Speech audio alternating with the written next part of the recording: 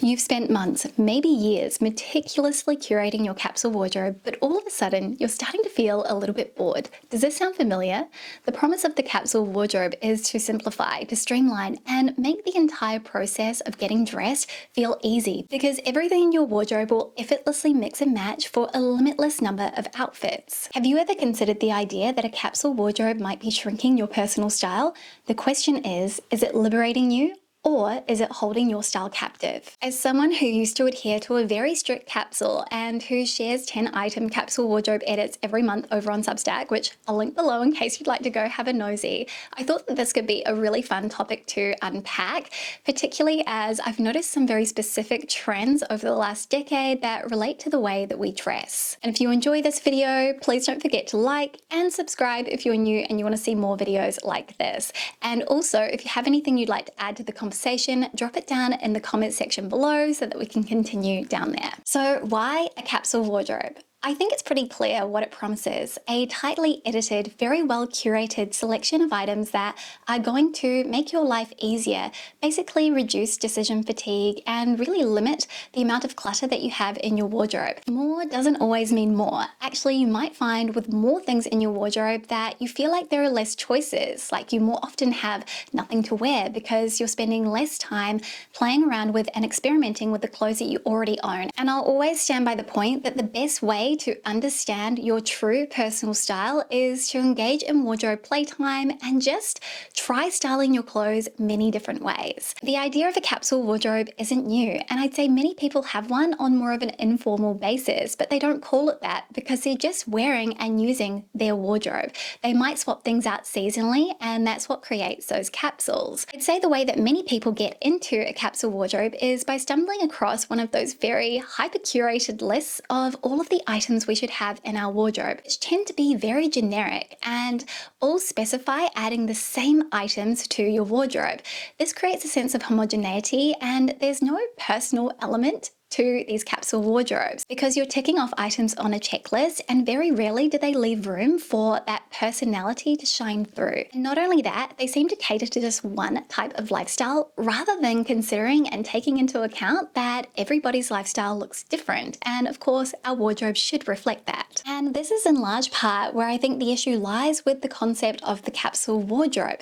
Minimalism becomes monotony. Style sameness creeps in. If you come across anyone who's espousing the benefits of a capsule wardrobe, I bet you 9 times out of 10, their wardrobe will look exactly the same as every other capsule wardrobe you've seen before. That's just not very exciting, and I'm sure for many of us, we've kind of left the idea of a uniform back at school. We don't want that in our wardrobes, except for in building style uniforms, meaning a recipe of how we combine items together to create an outfit that we really love. Outfits feel really safe rather than exciting, and that joy of experimenting can fade, particularly when you start to fall into the habit of wearing the same combinations day in and day out. Something that I feel is inherent to human nature is this sense of curiosity, and this can manifest in style as craving variety or seeking out something that feels really fresh and new. It's only natural as we go through the different seasons of our life that our taste changes as we explore the boundaries of who we are, as that's one of the things that our style signals. And if you're someone who loves fashion, it can be a great visual tool,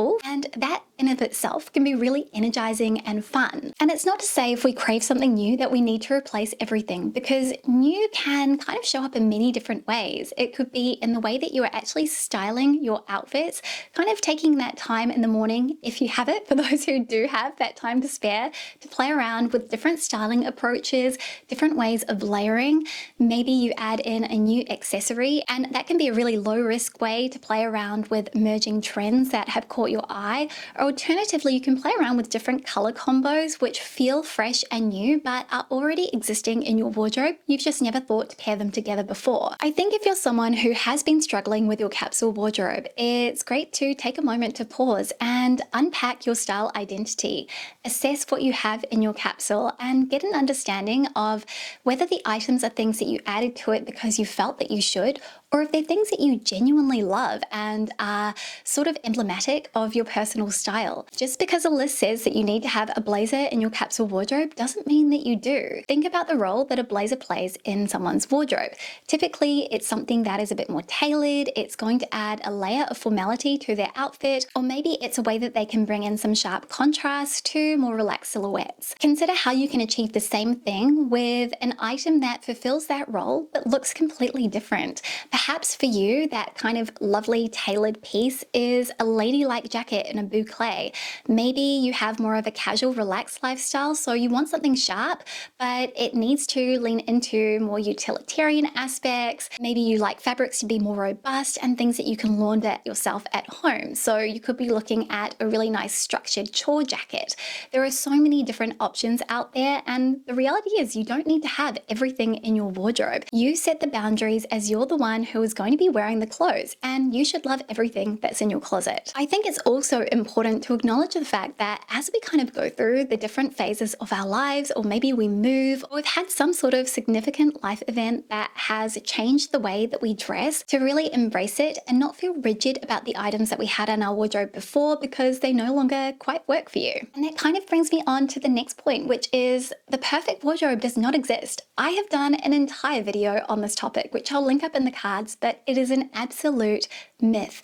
And as I kind of said before, our lives are constantly changing. Our taste is changing, our eye evolves, and I think something that many people don't want to admit, but from what I can see from my own style evolution and the evolution of others' personal style, what we wear is intrinsically linked to trends that are happening at the time. And what we're seeing right now is a hyper sped up version of this. The timeline is getting shorter and shorter for the lifespan of these trends and the way that we integrate them into our wardrobes. I suppose what I'm trying to say is give yourself grace and don't be too bothered if an item isn't going to serve you in your wardrobe forever.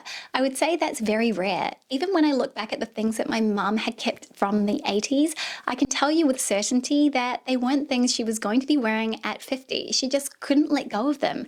And many of them no longer fit her because our bodies also change as we go through the different phases of womanhood. So those are really important factors to kind of keep in mind. And I think that also they lend themselves well to the idea of a capsule wardrobe because we should be wearing our clothing more when we have it, when we love it, when we enjoy it. Because in 10 years' time, it may no longer fit us, it may no longer fit our lifestyles, or it may no longer be reflective of who you are. I try to have this rule called the stop searching rule, and I've been guilty of breaking this many times in the past. Here's the thing, when you have added something to your capsule, and this kind of leans in on that idea of the perfect wardrobe, the perfect anything, it just doesn't exist. What you'll find is if you keep searching, you'll find something else to covet, to desire, to crave, to own. But the thing you already have is perfectly fine. It is doing the job that you bought it to do. And the moment you stop looking, you'll find that any of those flaws simply just fade away into the background and are no longer an issue because you're working with what you have. So you do the best with what you already own rather than thinking, how can I make this better? There is one thing that I think we can improve. It's the idea of what a capsule wardrobe looks like because it is not homogenous. Everyone is not the same and we shouldn't have a capsule wardrobe uniform. All of our closets should look different and the items within it should reflect back the things that we personally enjoy.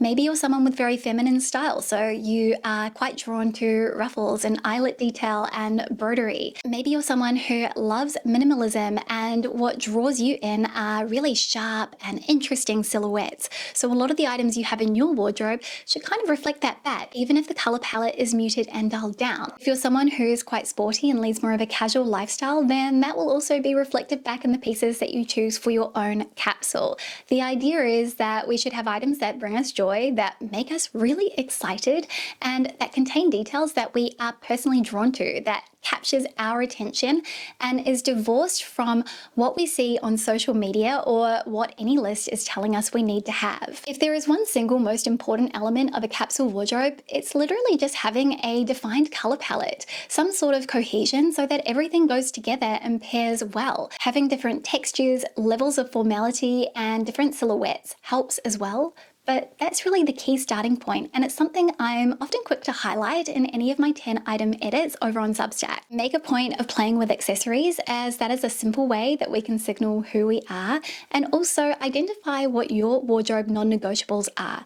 It could be that you love a really slim pant, or maybe you love more of a wide leg silhouette, but knowing what it is that you need to have in your wardrobe, make sure it's there regardless of whether any checklist says you should have it or not. I shared a video many years ago where I talked about all of the reasons why I struggled with the idea of a capsule wardrobe, and largely what my issue was that it felt too restrictive. I felt like I had all of these rules I needed to play by, and there was no room for any flexibility. And really, a capsule should be a tool. It shouldn't feel like a prison. It should be something that is helping you in your life rather than feeling like it is limiting you. It should reflect back your personality, your lifestyle, and a great way to think about a capsule wardrobe is like an art collection. Highly curated with a sense of cohesion, but also with immense variety. So to wrap up this video, I suppose what I see as being the keys to a successful capsule wardrobe is a checklist of items that actually reflect back your personal style and not someone else's. Basically, it should be built for your real life and not your fantasy life. And I think it can be really easy to get caught up in the idea of fantasy self, particularly when we're just scrolling online mindlessly. And it's definitely something that's caught me out many times in the past and that I'm constantly having to be conscious of. There are no singular colors that you need to have in your wardrobe. You don't need to have anything in black if you don't feel like it suits you or you just don't enjoy wearing it. You could have a wardrobe that is just full of color, maybe really bold brights, and they create some beautiful high contrast looks. But if you're someone who prefers more muted outfits, then maybe all of the colors in your capsule are desaturated. Perhaps the only recommendation I would make from a color perspective is understanding the temperature that you prefer to wear and isolating that to mostly only cool or mostly only warm toned items, as that is going to give you a better sense of cohesion in your closet. At the end of the day, what you have in your wardrobe should make you feel confident, it should inspire you, and it should feel unmistakably you. When a friend comes over and they take a peek inside, they should go, oh yes, of course, she's going to be wearing that, or he's going to be wearing that. And I think that that is probably the common issue with the capsule wardrobe, is that it looks like it could belong to anyone, but you want your wardrobe to look like it belongs to you. So that's everything I have to share today. I hope you enjoyed this one. I've definitely seen people saying that they feel like a capsule wardrobe is a scam, and I just feel like it hasn't got the right marketing yet. That's my personal take on it. Let me know what you think in the comments. Thank you so much for spending some of your day with me. I'm always really grateful. I hope you have the most beautiful week ahead, and I will see you next time with a brand new one. See you soon. Bye.